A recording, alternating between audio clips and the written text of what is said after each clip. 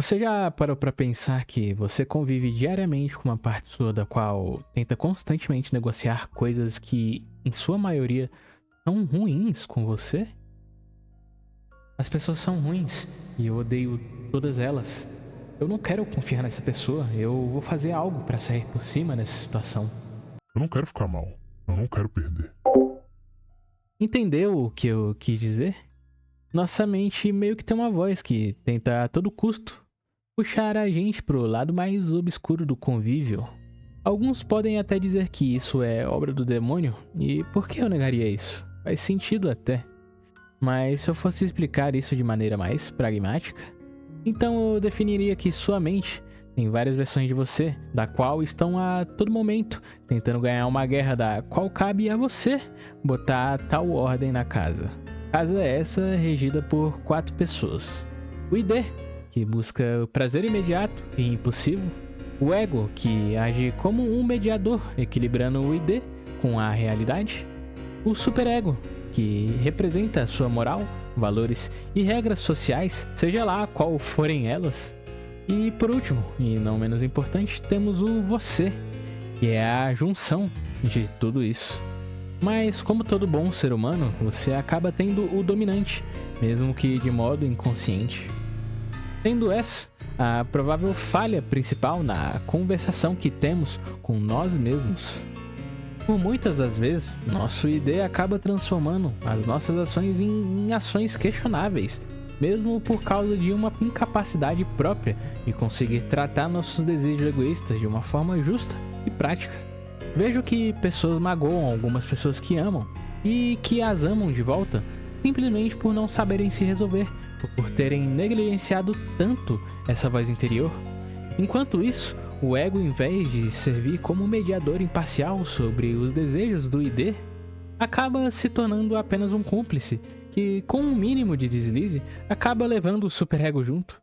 3 parceiros de crime com um mandante, que o mandante, no caso, seria o dono do corpo. É engraçado, porque viram um mandante e, ao mesmo tempo, um cúmplice. Mas, falando sério, eu não tô aqui pra chutar nenhum coitado. Só quero que você se ajude e ajude quem te ama. É meio bizarro o tanto de pessoas que se afogam numa moralidade completamente cinza por não saberem lidar com as piores partes da sua mente. Quanto mais você negligencia essa maldita voz que tá na sua cabeça, mais as coisas ficam piores. Há um ponto em que não há volta, o que novamente te leva a um acúmulo de traumas. E nisso, você sofre. Sofre com amores, com amizades, com família. Tudo isso porque você não soube lidar com os problemas dos quais você tinha controle. Claro que existem aqueles problemas que não dependem só de ti, mas o ponto não é esse. Você não pode entregar os seus problemas e os pensamentos que vêm em sua mente nas mãos do destino. Não. Você, como dono da casa, tem que impor as regras que, por fim, farão você agir de forma condizente e boa. Isso se sua moral não for completamente dúbia, obviamente. E bom, se você acha que essa voz não tem efeito algum no caráter da sua pessoa, então experimente ouvir ela diversas vezes e dar razões a ela, principalmente em situações da qual a culpa é totalmente sua de estar nelas. Vai lá, machuca a pessoa do qual você ama muito, trai ela, se traia, se machuque, se culpe sem parar. Você é um monstro, você é a vítima. Ouviu de novo? É basicamente com esse monstro que você lida. Ele está constantemente negociando com você para te fazer se sentir menos culpado, mais culpado, menos do que você é ou até mais do que você é. É uma voz que tenta a todo custo te trazer pro lado do prazer do momento, mesmo que o prazer traga frutos de tristeza que por algum motivo parecem confortar você.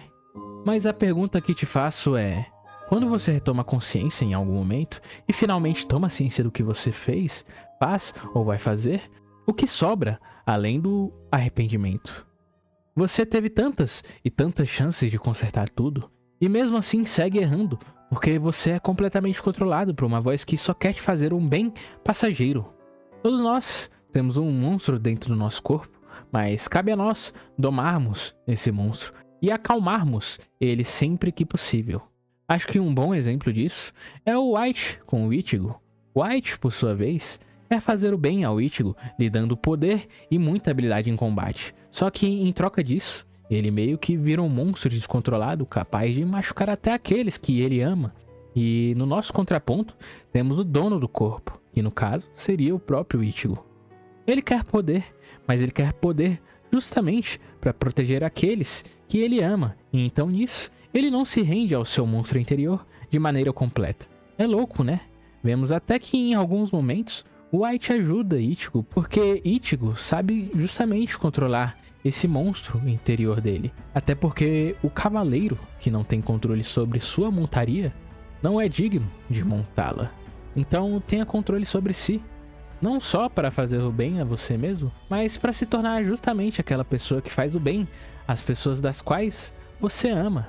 Os prazeres do momento são muito satisfatórios, mas imagine um futuro, da qual as únicas coisas que refletem na escuridão que a sua mente se tornou, são as coisas das quais você se arrepende e não tem mais volta.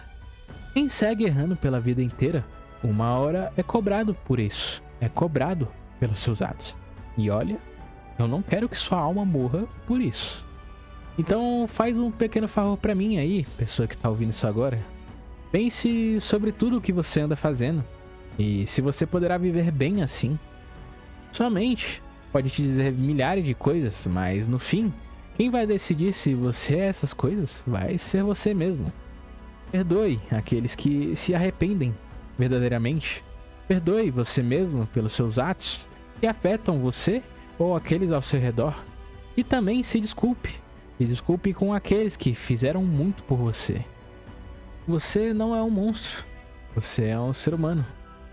Um ser humano que, se quiser, pode ser bem incrível.